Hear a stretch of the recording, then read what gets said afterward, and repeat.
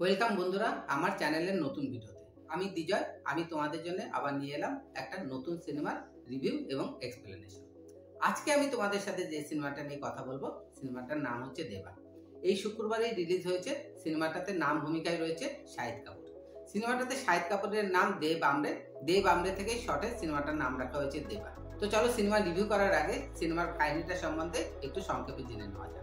সিনেমার প্রথমেই আমরা দেখতে পাবো দেবা তার বন্ধু ফারহানকে ফোন করবে। ফারহানকে ফোন করে বলবে যে রিয়েল কালপিট যে কে সেটা সে জেনে গেছে। এই কথা বলার পর মুহূর্তেই আমরা দেখতে পাবো দেবার অ্যাক্সিডেন্ট হবে এবং অ্যাক্সিডেন্টের পর মুহূর্তেই সে হাসপাতালে যখন তার জ্ঞান ফিরে আসবে তখন তার স্মৃতিশক্তি চলে গেছে। যেহেতু তার স্মৃতিশক্তি চলে গেছে, স্বভাবতই সে কাউকে চিনতে পারছে না, এমনকি তার বন্ধু ফারহানকেও চিনতে পারছে না। এখানে আমরা ফারহানের মুখ থেকে জানতে পারবো দেবা একজন পুলিশ অফিসার। এরপরে ঘটনা চলে যাবে ফ্ল্যাশব্যাকে আমরা দেখতে পাবো ফারহানের বিয়ে হচ্ছে দেবার বোন অলকার সাথে। সেখানে রিসেপশনের পার্টি চলছে। ফারহান বাই প্রফেশন ডিসিপি, দেবার সিনিয়র। রিসেপশন পার্টিতে দেবার ডিপার্টমেন্টের সবাই এসছে। এখানে আমরা দেখতে পাবো দেবার দেখা হবে দিয়ার সাথে। এখানে দিয়া চরিত্রে অভিনয় করেছে পূজা হেগড়ে। পূজা হেগড়ে অ্যাকচুয়ালি দেবার ডিপার্টমেন্টেরই একজন কনস্টেবলের মেয়ে। বাই প্রফেশন দিয়া একজন নিউজ রিপোর্টার। পরবর্তী দৃশ্যে আমরা দেখতে পাবো ইন্সপেক্টর রোহনকে। সে তার টিম নিয়ে মুম্বাইয়ের রাস্তায় চেকিং এর দায়িত্বে ছিল। সে সমস্ত গাড়িকে চেকিং করার সময় একটা মিনিস্টারের গাড়িকে চেকিং করতে যায়, কিন্তু মিনিস্টার তাকে থ্রেট করে এবং তার গাড়ি নিয়ে চলে যায় এবং যাওয়ার সময় শুধু বলে যায় যে যদি আমার গাড়ি চেক করতে হয় তাহলে আমার বাড়িতে গিয়ে চাবি নিয়ে আসতে হবে। ওই মুহূর্তে দেবা ওখানে উপস্থিত ছিল। দেবা এবং রোহন তারাও কিন্তু একে অপরের বন্ধু। দেবা এখানে দাঁড়িয়ে দাঁড়িয়ে সব দেখলো। তারপরে মিনিস্টার যখন চলে গেল, সে রোহনকে বাইকে তুলে নিয়ে সোজা চলে গেল মিনিস্টারের বাড়িতে তখন মিনিস্টারের বার্থডে পার্টি চলছিল। সেই বার্থডে পার্টিতে ঢুকে গিয়ে মিনিস্টারের সাঙ্গপাঙ্গকে মেরে মিনিস্টারের কাছ থেকে চাবি নিয়ে রোহনকে দিয়ে দিল এবং রোহন সেই গাড়ি নিয়ে চলে এলো পুলিশ স্টেশনে। এখানে আমরা তিনজন পুলিশ অফিসারের একটু চারিত্রিক বৈশিষ্ট্য উল্লেখ করে দিই। প্রথম ডিসিপি ফারহান, যে কিনা দেবার সিনিয়র, সে সমস্ত ডিসিশন ভেবে চিন্তে শান্ত মাথায় নেয়। তার আন্ডারে যে সমস্ত সাবঅর্ডিনেট কাজ করে তাদেরকে বাঁচানোর জন্য সে যথেষ্ট তৎপর থাকে। আর এক্ষেত্রে সব থেকে বেশি প্রয়োজন হয় দেবাকে বাঁচানোর জন্য। এরপর আসছে এসিপি দেব আমরে, যেখানে একটু খেপচিরাস টাইপের পুলিশ অফিসার। মুখে কম, হাতে কথা বেশি বলে। কথায় কথায় গুলি চালিয়ে এনকাউন্টার করে দিতেও সে পিছুপা হয় না। দেবের পরে আসছে ইন্সপেক্টর রোহান, যেখানে খুবই শান্তশিষ্ট, অহিংসায় তার মূল ধর্ম। কখনো কারো গায়ে হাত তোলে না। যেহেতু সে কখনো কারোর গায়ে হাত তোলে না, সেই জন্য পুলিশ ডিপার্টমেন্টে এখন অব্দি সে কিছু করে উঠতে পারে। সে একজন সাধারণ পুলিশ অফিসার হলেও তার বাবা কিন্তু বিশাল বড়। তার বাবা তাকে মানা করেছিল পুলিশের চাকরি না করে নিজেদের ব্যবসা দেখাশোনা করার জন্য। বাবার মতের এগেইনস্টে গিয়ে সে পুলিশের চাকরি নেয়, কিন্তু সে যেহেতু কিছু করতে পারছে না, সেই জন্য সবসময় তার বাবা তাকে অপমান করতে থাকে। আর এটা নিয়ে তার মনে রীতিমতো একটা দুঃখ, এবং সেই দুঃখ সবসময় প্রকাশ করে সে তারই বন্ধু দেবার সামনে। কাহিনীতে এরপরে আমরা দেখতে পাই পুলিশ ডিপার্টমেন্ট অনেকদিন ধরে একজন ক্রিমিনালকে খুঁজে বেড়াচ্ছে। ক্রিমিনালের নাম হচ্ছে প্রভাত যাদব। যতবারই তাকে তারা ধরবার চেষ্টা করে, সে কোনো না কোনোভাবে তাদের হাত থেকে পালিয়ে যায়। এই মুহূর্তে তাকে একটা পুলিশ টিম টিপস পায় যে প্রভাত যাদব কোথায় লুকিয়ে আছে। তারা যখন প্রভাত যাদবকে ধরার জন্য বেরোয়, তারা সাথে সাথে ফোন করে এসিপি দেবাকে। এসিপি দেবা তাদেরকে ফোন করে যে তোমরা ওইখানে কোনো রকম অ্যাকশন নেবে না, আমি যাব, তারপরে অ্যাকশন নেওয়া হবে। এরপরে আমরা দেখতে পাই এসিপি দেবাও সেখানে চলে আসে। জায়গাটা ছিল একটা ফ্যাক্টরি এলাকা। তাদের কাছে ইনফরমেশন ছিল ফ্যাক্টরির মধ্যেই প্রভাত যাদব লুকিয়ে আছে।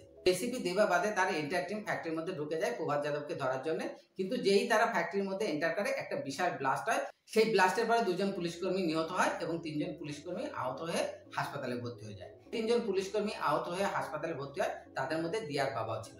দিয়া অর্থাৎ সিনেমার নায়িকা, যার কথা আমি আগে বলেছি, যে চরিত্রে অভিনয় করেছে পূজা হেগড়ে। পরবর্তীতে দেখা যায় দিয়ার বাবার একটা পা কাটা যায় এবং সে আর পুলিশের চাকরি কন্টিনিউ করতে পারে না। হাসপাতালে বসেই দিয়া এসিপি দেবাকে বলে যে তোমরা যতবার প্রভাত যাদবকে ধরতে যাও, প্রভাত যাদব তোমাদের হাত থেকে বেরিয়ে যায়। তোমরা তো প্রভাত যাদবের কোনো ক্ষতি করতে পারো না, উল্টে প্রভাত যাদব তোমাদের ক্ষতি করতে বেরিয়ে যায়। এর পাশাপাশি দিয়া এটাও বলে, একজন সাংবাদিক হওয়ার সুবাদে আমার সুস্থ মস্তিষ্ক যেটা বলে যে তোমার পুলিশ ডিপার্টমেন্ট থেকেই কেউ না কেউ আছে যে কিনা প্রভাত যাদবের সাথে হাত মিলিয়ে রেখেছে। এই ঘটনার কিছুদিন পরে এসিপি দেবা আবার ইনফরমেশন পায় যে প্রভাত যাদব কোথায় লুকিয়ে আছে। প্রভাত যাদব অ্যাকচুয়ালি যে জায়গাটাতে লুকিয়ে ছিল, সেই জায়গাটা ছিল তার নিজস্ব এরিয়া এবং তার চারপাশে যত লোকজন ছিল সব ছিল প্রভাত যাদবের নিজস্ব লোক। এসিপি দেবা ইন্সপেক্টর রোহন এবং তার টিমকে নিয়ে সেই এলাকায় ঢুকে যায় প্রভাত যাদবকে ধরার জন্য। এরপরে সেই স্ল্যাম এরিয়াতে প্রভাত যাদব এবং তার লোকজনের সাথে এসিপি দেবা, ইন্সপেক্টর রোহন এবং তাদের টিমের একটা অ্যাকশন দৃশ্য হবে। সেই অ্যাকশন দৃশ্যের মধ্যে আমরা দেখতে পাবো প্রভাত যাদব ইন্সপেক্টর রোহনকে বাগে পেয়ে তাকে গুলি করতে যাবে। সেই মুহূর্তে এসিপি দেবা এসে প্রভাত যাদবকে গুলি করে স্পট ডেড করে। অর্থাৎ স্পট এনকাউন্টার। এসিপি দেবার যে পিস্তলটা দিয়ে গুলি করবে সেই পিস্তলটা ছিল অ্যাকচুয়ালি ইন্সপেক্টর রোহনের। সেই পিস্তলটা ইন্সপেক্টর রোহনকে দিয়ে দেবে এবং প্রভাত যাদবের মধ্যে একজন নোটোরিয়াস ক্রিমিনালকে এনকাউন্টার করার পুরো ক্রেডিট সে দিয়ে দেবে ইন্সপেক্টর রোহনকে। ইন্সপেক্টর রোহনের সুনাম ছড়িয়ে যাবে চারিদিকে এবং ইন্সপেক্টর রোহনের এই সাফল্যের জন্য তার বাবা একটা বড় পার্টি থ্রো করবে এবং সেই পার্টিতেই ইন্সপেক্টর রোহন তার এয়ার হোস্টেস গার্লফ্রেন্ডকে বিয়ের জন্য প্রপোজ করবে এবং তার গার্লফ্রেন্ড সেটাতে রাজি হয়ে যাবে। এরপরে সিনেমাতে একটা মর্মান্তিক ঘটনা ঘটে যায়। প্রভাত যাদবকে এনকাউন্টার করার জন্য ডিপার্টমেন্ট পুরস্কৃত করে রোহনকে। রোহন যখন পুরস্কার নেওয়ার জন্য স্টেজে ওঠে এবং নিজের বক্তৃতা দিতে শুরু করে, ঠিক তখনই পেছন থেকে একটা স্নাইপার শটে রোহনের মৃত্যু হয়ে যায় স্টেজের উপরে। যেহেতু তার ভাইয়ের মতো বন্ধুর মৃত্যু হয়েছে আর সেক্ষেত্রে যাতে কোনো রকম লুপহোল না থাকে সেই জন্য দেব নিজের হাতে ইনভেস্টিগেশন তুলে নেয় এবং সে ইনভেস্টিগেশন করতে শুরু করে। রোহনের মার্ডার কেসের ইনভেস্টিগেশন শুরু করার পরে দেব একটু আউট অফ কন্ট্রোল হয়ে যায়। সে প্রথমে প্রভাত যাদবের রাইট হ্যান্ড বান্টিকে গ্রেপ্তার করে, সেখান থেকে সে কোনো রকম ক্লু পায় না। এরপরে দেব মিনিস্টার আপ্তের র্যালিতে গিয়ে তাকে ইনসাল্ট করে, কারণ আপ্তেরও একটা রাগ ছিল রোহনের উপর। রোহনের কারণেই দেব তাকে ইনসাল্ট করেছিল এবং তার বাড়িতে গিয়ে সাজানো গোছানো পার্টি ভন্ডুল করে দিয়ে তার গাড়ির চাবি নিয়ে তার গাড়ি নিয়ে চলে এসেছিল পুলিশ স্টেশনে। এইভাবেই দেব তার ইনভেস্টিগেশন এগিয়ে নিয়ে যেতে থাকে এবং একটা সময় সে জেনে যায় যে রিয়েল কালপিট কে ছিল। এরপরে দেব ইনভেস্টিগেশন শেষ করে ফারহানের সাথে দেখা করতে আসছিল এবং ফারহানের সাথে দেখা করতে আসার সময় সে ফারহানকে ফোন করে এবং তাকে বলে যে রিয়েল কালপিট কে ছিল সেটা সে জেনে গেছে এবং পুলিশ ডিপার্টমেন্টের ভিতর থেকে কে প্রভাত যাদবের সাথে যোগাযোগ রেখে চলেছিল সমস্ত খবর তাকে পাস করতো সেটাও সে জেনে গেছে। দেবের সাথে যখন ফারহানের কনভারসেশন চলছে ওভার ফোন, ঠিক তখনই দেবের বাইক অ্যাক্সিডেন্ট করে, যার জন্য দেব হাসপাতালে পৌঁছে যায় এবং তার স্মরণশক্তি চলে যায়। এরপরে ডিএসপি ফারহান দেবকে হাসপাতাল থেকে ডিসচার্জ করে নেয়। ডিসচার্জ করে নিয়ে আবার এই কেসের দায়িত্ব সে দেবের হাতেই তুলে দেয়। যেহেতু আগের ঘটনা এবং কোনো ব্যক্তির সম্বন্ধে দেবের কিছুই মনে ছিল না, তো দেব ডিনাই করে যে সে এই কেস সলভ করতে পারবে না। ফারহান তখন দেবকে বলে, তুমি তোমার স্মৃতিশক্তি হারিয়েছো কিন্তু তোমার কর্মক্ষমতা তুমি হারাওনি, অতএব তুমি চেষ্টা করলে তুমি আবার এই কেসটা সলভ করতে পারবে। দেবের যে অতীতের কোনো ঘটনায় মনে নেই, ফারহান সেটা ডিপার্টমেন্ট এবং সিনিয়রদের কাছ থেকে লুকিয়ে রাখে। রোহনের মার্ডার কেসের যা আপডেট ফারহানের কাছে ছিল, যেটা দেব আগে তাকে দিয়েছিল, সেই সমস্ত আপডেটকে টাইম টু টাইম সে দেবকে দিতে থাকে এবং সে দেবকে হেল্প করতে থাকে রোহনের মার্ডার কেস সলভ করার জন্য। পরে দেব ডিউটি জয়েন করে এবং ডিপার্টমেন্টের সবাই লক্ষ্য করে যে দেবের মধ্যে অনেকটাই পরিবর্তন এসেছে। অ্যাক্সিডেন্টের আগে দেব কারোর সাথে ভালোভাবে কথা বলতো না, সবসময় একটা অ্যারোগেন্ট ভাব নিয়ে থাকতো, কিন্তু অ্যাক্সিডেন্টের পরে যখন দেব ডিউটি জয়েন করে সে সবার সাথে পোলাইট এবং ভদ্রভাবে কথা বলে। এরপরে সেই সমস্ত টিমকে একসাথে নিয়ে আবার ইনভেস্টিগেশন শুরু করে। সে এটা খোঁজার ব্যাপারে জোর দেয় যে কিভাবে এবং কোথা থেকে স্নাইপার রোহনকে গুলি করেছিল। এই জন্য সে জেল থেকে একটা স্নাইপার এক্সপার্টকে নিয়ে আসে এবং বোঝার চেষ্টা করে কিভাবে স্নাইপার শুট করেছিল। স্নাইপার এবং নিজের টিমের সাথে অনেক আলাপ আলোচনা এবং সমস্ত জায়গা ভালোভাবে পর্যবেক্ষণ করার পরে দেব এটা বুঝতে পারে যে রোহনকে টাইমার গান দিয়ে শুট করা হয়েছে।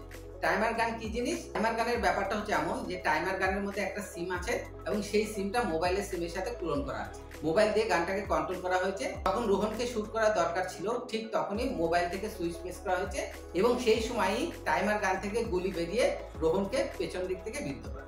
গুলি লাগার পরে রোহন স্টেজে লুটিয়ে পড়ে এবং সে মারা যায়। এখান থেকে একটা ব্যাপার পরিষ্কার হয়ে যায় যে রোহনকে যে মার্ডার করেছে সে রোহনের সামনের দিকে ছিল, অর্থাৎ ওই পুরস্কার বিতরণী সভাতেই সে বসেছিল। এরপরে দেব আবার ইনভেস্টিগেশন করতে শুরু করে। ইনভেস্টিগেশন করতে গিয়ে সে রোহনের ফ্যামিলির সাথে দেখা করে, এমনকি রোহনের ফ্যামিলির সমস্ত ব্যক্তির পাসপোর্টও সিজ করে নেয়, তারা যাতে দেশের বাইরে যেতে না পারে। পাশাপাশি যে টাইমার গান দিয়ে রোহনকে শুট করা হয়েছিল সেই টাইমার গানটাও সে খুঁজে পেয়ে যায়। এরপরে সে সমস্ত রিপোর্টকে কম্পাইল করে একটা ফাইল বানিয়ে সেই ফাইলটা জমা দিয়ে দেয় ফারহানের কাছে। এরপরে দর্শকের কাছে ব্যাপারটা ক্লিয়ার হয়ে যায়, রোহনকে কে মেরেছে, রোহনকে কেন মারা হয়েছে এবং পুলিশ ডিপার্টমেন্টের মধ্যে কোন ব্যক্তি ছিল যার সাথে প্রভাত যাদবের যোগাযোগ ছিল, তার কারণে প্রভাত যাদবের এগেইনস্টে পুলিশের কোনো অপারেশন সাকসেসফুল হতো না। ডিপার্টমেন্ট থেকে প্রভাত যাদব আগে খবর পেয়ে যেত। আর এই ইনফরমেশন দেব তখন পায় যখন সে প্রভাত যাদবের দলের আরো এক ব্যক্তিকে গ্রেপ্তার করে। আমরা দেখতে পাই ফারহান দেবের থেকে ফাইলটা অ্যাকসেপ্ট করে এবং তার হায়ার ডিপার্টমেন্টকে ফোন করে যে আমরা কেস সলভ করে নিয়েছি এবং খুনি ধরা পড়েছে। যেহেতু সিনেমাটা একটা থ্রিলার সিনেমা, তো অ্যাকচুয়াল খুনিটাকে সেটা কিন্তু আমার এক্সপ্লেনেশনে আমি বলবো না। এটার জন্য আপনাদেরকে সিনেমা হলে যেতে হবে, কারণ এটা যদি আমি বলে দিই তাহলে সিনেমা দেখার পুরো মজাটাই নষ্ট হয়ে যাবে। থ্রিলার সিনেমার অ্যাকচুয়াল মজাটা তো এখানেই, যে কে খুন করেছে বা কে দোষ করেছে তার নামটা শেষ পর্যন্ত রিভিল না করা। এটার জন্য আপনাদেরকে হলে যেতে হবে। আপনারা হলে যান, আপনারা সিনেমাটা দেখুন, আপনাদের সিনেমাটা দেখে কিন্তু খারাপ লাগবে না। বন্ধুরা, সিনেমার এক্সপ্লেনেশন এখানেই শেষ। এবার আমরা চেষ্টা করব সিনেমাটা রিভিউ করার জন্য। রিভিউ করার ক্ষেত্রে আমি প্রথমে বলবো সিনেমার অভিনেতাদের কথা। সিনেমাতে যত অভিনেতা অভিনেত্রী আছে একমাত্র শাহিদ কাপুর ছাড়া অন্য কাউকে ভালো লাগে। অ্যাকচুয়ালি পুরো সিনেমাটা শাহিদ কাপুরের ঘাড়ের উপরেই ছিল। শাহিদ কাপুরের যে দুটো শেড রয়েছে, একটা একটু খেপচুরাস টাইপের, একটা একটু শান্তশিষ্ট টাইপের, দুটো শেডে কিন্তু শাহিদ কাপুর মোটামুটি ভালো অভিনয় করেছে। সিনেমাতে নায়িকা চরিত্রে যে পূজা হেগড়েকে রাখা হয়েছে তাকে না রাখলেও চলতো। অ্যাজ এ ডিউটিফুল ডিএসপি এবং কুল মাইন্ড হিসেবে ফারহান চরিত্রটাকে ভালো লাগবে, আবার একটু শান্তশিষ্ট নিরীহ চরিত্রে রোহনের চরিত্রটাকেও খারাপ লাগবে না। বাকি এই সিনেমাটাতে অন্য কারোর অভিনেতা কিন্তু চোখে পড়ার মতো নয়। এরপরে আমরা বলবো ডিরেক্টরের কথা। ডিরেক্টরের নাম অ্যান্ড্রু রোসো। অ্যাকচুয়ালি দেবাস সিনেমাটা যখন ট্রেলার এসেছিল তখন থেকেই কিন্তু একটা রিউমার ভেসে আসছিল যে এটা মুম্বাই পুলিশ নামে একটা মালায়ালাম সিনেমার রিমেক। যদিও শাহিদ কাপুর এবং ডিরেক্টরকে যখনই জিজ্ঞাসা করা হয়েছে তখনই তারা বলেছে যে না, এটা মুম্বাই পুলিশের রিমেক না। যারা মুম্বাই পুলিশ দেখেছে তারা খুব সহজে রিলেট করতে পারবে যে সামান্য কিছু চেঞ্জেস করা হয়েছে কিন্তু অ্যাকচুয়ালি সিনেমাটা রিমেক। ইভেন সিনেমার ডিরেক্টর সেম, সিনেমার রাইটার সেটাও সেম। এই সিনেমাটা দেখার পরে আমার আবার বেবি জান সিনেমাটার কথা মনে পড়ে গেল। বেবি জান সিনেমাটা করার পরে যেমন তার মেকার্সরা বলেছিল সিনেমাটা থেরির রিমেক নয়, ঠিক সেম কেস হয়েছে এই সিনেমাটার ক্ষেত্রে। সিনেমাটা যদি রিমেকই তৈরি করা হচ্ছে সেটা অনেস্টলি অ্যাকসেপ্ট করে নেওয়ার ক্ষেত্রে আমার তো মনে হয় না কোনো দোষ আছে, যখন কিনা সিনেমার ডিরেক্টর, সিনেমার রাইটার সবাই সেম টু সেম। আমাকে যদি ব্যক্তিগতভাবে জিজ্ঞাসা করায় আমি বলবো আমার সিনেমাটা ভালোই লেগেছে। আমি যখন ইউটিউবে দেখেছিলাম বিভিন্ন সোর্স থেকে যে এই সিনেমাটা রিমেক, আমি কিন্তু অরিজিনাল সিনেমাটাকে দেখতে যাই, আমি ইউটিউবে সার্চও করিনি। আমার ইচ্ছা ছিল এই সিনেমাটাকে আমি আজ ফ্রেশ সিনেমা হিসেবে দেখবো এবং আমি সেটাই করেছি। তবে আমার একটা জিনিস একটু খটকা লেগেছে, সেটা হচ্ছে শাহিদ কাপুরের অভিনয়ের একটা শেড। সিনেমার প্রথম হাফে শাহিদ কাপুরের যে একটা ক্যাপচারাইজ অ্যাটিটিউড ছিল, সেই অ্যাটিটিউডটা দেখে কিন্তু আমার কবির সিং এর কথা খুব মনে পড়ছিল। আমার যেন মনে হচ্ছিল কবির সিং এর সাথে দেবার অনেকটাই সিমিলারিটি রয়ে গেছে। তবে অস্বীকার করার কোনো জায়গা নেই যে শাহিদ কাপুর অভিনয়টা খুব ভালোই করেছে। বিশেষ করে একই চরিত্রকে দুটো শেডে সে খুব ভালোভাবে ফুটিয়ে তুলেছে। আমি আপনাদেরকে রিকোয়েস্ট করব এই সিনেমাটা দেখতে আপনারা হলে যান এবং আমার এক্সপ্লেনেশন এবং রিভিউ যদি আপনাদের ভালো লাগে তাহলে অবশ্যই আমার চ্যানেলকে লাইক করুন, সাবস্ক্রাইব করুন, কমেন্ট করুন এবং অবশ্যই বেল বাটন প্রেস করে রাখুন যাতে আমার পরবর্তী সিনেমার রিভিউ আপনাদের কাছে যত তাড়াতাড়ি সম্ভব পৌঁছে যায়। থ্যাংক ইউ, ভালো থাকবেন, সিনেমা দেখবেন এবং অবশ্যই সিনেমা হলে গিয়ে সিনেমা দেখবেন।